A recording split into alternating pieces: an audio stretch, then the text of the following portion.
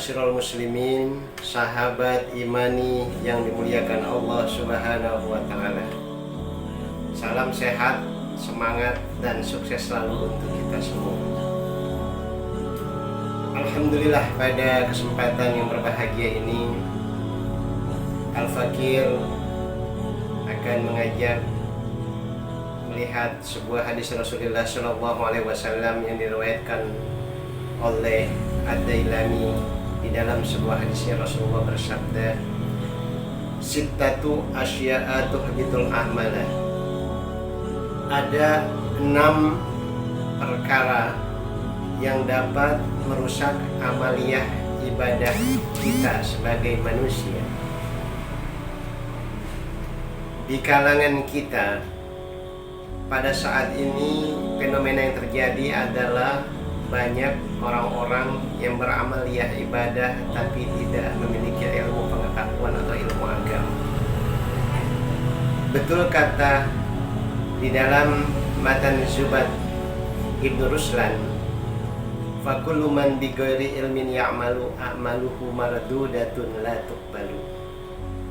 Barang siapa yang beramal tanpa ilmu, maka amaliyahnya akan ditolak oleh Allah Subhanahu wa taala. Maka dari itu, untuk mencermati hal demikian, maka kita sebagai orang yang beriman, sebagai orang yang menginginkan amaliyah ibadah kita diterima oleh Allah Subhanahu wa taala, maka hindari 6 hal yang dapat merusak amaliyah ibadah kita. Sholat kita, haji kita, ngaji kita, sedekah kita, perbuatan baik kita terhadap sesama manusia, semua amalan ibadah sunnah kita dan amalan-amalan wajib kita akan rusak dan hancur karena kita melakukan 6 hal tersebut. Yang pertama, al-istighalu bi uyubil khalqi. Selalu sibuk mencari kesalahan atau aib orang lain.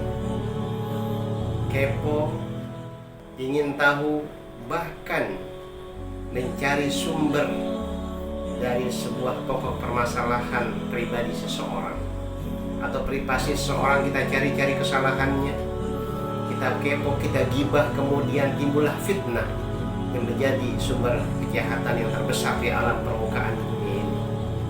Terkadang sebagai teman, sahabat, masing-masing mencari privasi, kesalahan, kepo terhadap temannya, saudara kepo terhadap saudaranya, bahkan satu organisasi yang di dalam kita menaungi hal-hal yang bersifat ormas pun banyak yang mencari-cari kesalahan saudara-saudaranya atau alias gibah, kepo, dan kemudian menyebarkan fitnah.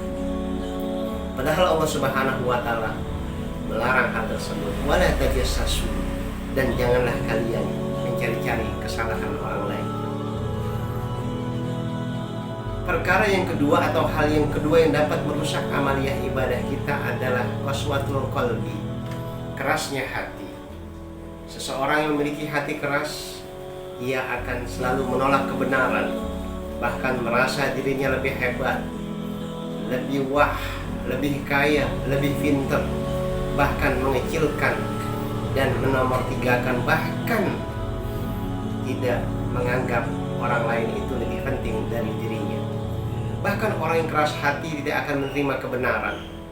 Ketika Al-Quran dan Sunnah Rasulullah, bahkan ijma' para ulama yang disampaikan oleh beliau, ternyata banyak yang ditolak, bahkan tidak dijadikan sebagai rujukan, sebagai sumber ilmu. Orang yang keras hatinya jauh dari Allah Subhanahu wa taala, bahkan jauh dari para ulama dan orang-orang yang betul-betul mendekatkan dirinya kepada Allah dan Rasul. Perkara yang ketiga yang dapat merusak amaliyah ibadah kita, kata Rasul, adalah hubbud dunya. Terlalu mencintai dunia. Dunia dikejar, akhirat dilupakan. Bahkan dunia menjadi sumber sesuatu hal yang dianggap kekal, padahal dunia itu hanya sementara. Ad-dunya mazra'atul akhirah. Dunia adalah ladang tempat bersemi atau menanam untuk kehidupan bekal akhirat. Terkadang hubud dunia menjadi sesuatu hal yang dapat menjadikan manusia cinta terlalu kepada dunia sehingga melupakan Allah.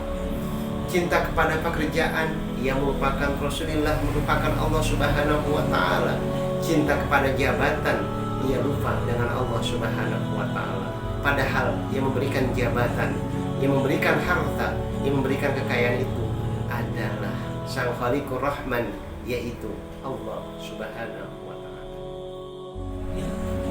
Perkara yang keempat yang dapat merusak amaliyah ibadah kita adalah wakilatul haya, sedikit rasa malu. Padahal al-haya'u minal iman, malu itu adalah sebahagian daripada iman. Banyak manusia yang tidak memiliki rasa malu, terutama kaum wanita. Banyak para kaum wanita yang membuka auratnya, bahkan banyak di sana sini yang melakukan perbuatan atau perkara yang melakukan hal-hal perbuatan maksiat. Bahkan ketika orang tidak memiliki rasa malu, kata Rasul, maka berbuatlah Anda dengan sesuka Anda. Karena rasa malu adalah bagian dari keimanan seseorang. Contoh, orang yang tidak pernah melakukan sholat, dia tidak pernah memiliki rasa malu kepada Allah Subhanahu wa Ta'ala. Karena pada dasarnya sholat itu adalah ciri khas keislaman seseorang. Siapa yang tidak sholat, maka ia tidak disebut sebagai orang Islam. Karena sendi dasar atau rukun Islam yang kedua adalah melaksanakan sholat yang 5 waktu. Banyak orang-orang yang melupakan kewajiban-kewajiban terhadap Allah, bahkan kewajiban terhadap dirinya sendiri. Di zaman milenial ini, rasa malu bagi anak-anak muda, bagi anak milenial sudah tidak pernah diindahkan. Bahkan mereka berkata, bermedia sosial, bahkan melakukan hal-hal yang tidak sesuai dengan aturan dan ajaran agama Islam. Wakilatul haya akan dapat merusak amaliyah ibadah seseorang. Yang kelima, yang dapat merusak dan menghancurkan amaliyah ibadah kita adalah tulul amal, memiliki banyak atau panjang angan-angan, tidak mau berusaha, tidak mau berikhtiar, hanya menghitung umpama apabila andai kata, menghitung bintang, menghitung pasir di pantai, bahkan tidak pernah berusaha untuk mendekatkan dirinya kepada Allah Subhanahu wa Ta'ala. Bahkan untuk mencari ilmu pengetahuan pun dia tidak berusaha untuk merubah dirinya ke arah yang lebih baik. Panjang angan-angan ini ibarat kata seperti pungguk merindukan bulan, karena orang yang memiliki angan-angan yang tidak diikhtiarkan, dia tidak berusaha bekerja semaksimal mungkin, maka perbuatannya akan sia-sia, sebagaikan menggantang asap, melukis dalam khayalan dan menginginkan dia masuk surga, tetapi dia tidak pernah beramaliyah ibadah yang mendekatkan dirinya kepada Allah Subhanahu wa Ta'ala.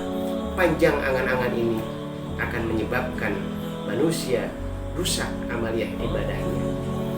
Yang terakhir, yang keenam adalah yaitu zalimun la yantahi, kezaliman yang terus-menerus, yang tidak pernah diberhentikan. Kezaliman yang selalu dipupuk, bahkan disemai di dalam kehidupan manusia. Ketika ia menjadi pemimpin, ia zalim. Ketika ia menjadi pimpinan suatu rumah tangga, ia zalim. Ketika ia menjadi pemimpin ormas atau organisasi dan institusi, dia menzalimi bawahannya. Kezaliman yang terus-menerus ini membuat murka Allah Subhanahu wa Ta'ala. Contoh kita lihat Fir'aun, Raja Namrus, bahkan raja-raja Di zaman dahulu kala bahkan di dalam sejarahnya banyak yang hancur karena ia menzalimi dirinya sendiri. Masyaallah muslimin rahimakumullah. Mari kita sama-sama jaga 6 hal ini, jangan sampai ada pada diri kita. Jangan sampai amaliyah ibadah kita yang sudah kita pupuk dari awal bahkan sampai detik ini akan hancur begitu sia-sianya. Maka dari itu, mari sama-sama kita kembali kepada Allah Subhanahu wa taala. Demikian, semoga bermanfaat. Wallahul muwaffiq ila aqwamit thoriq. Wassalamualaikum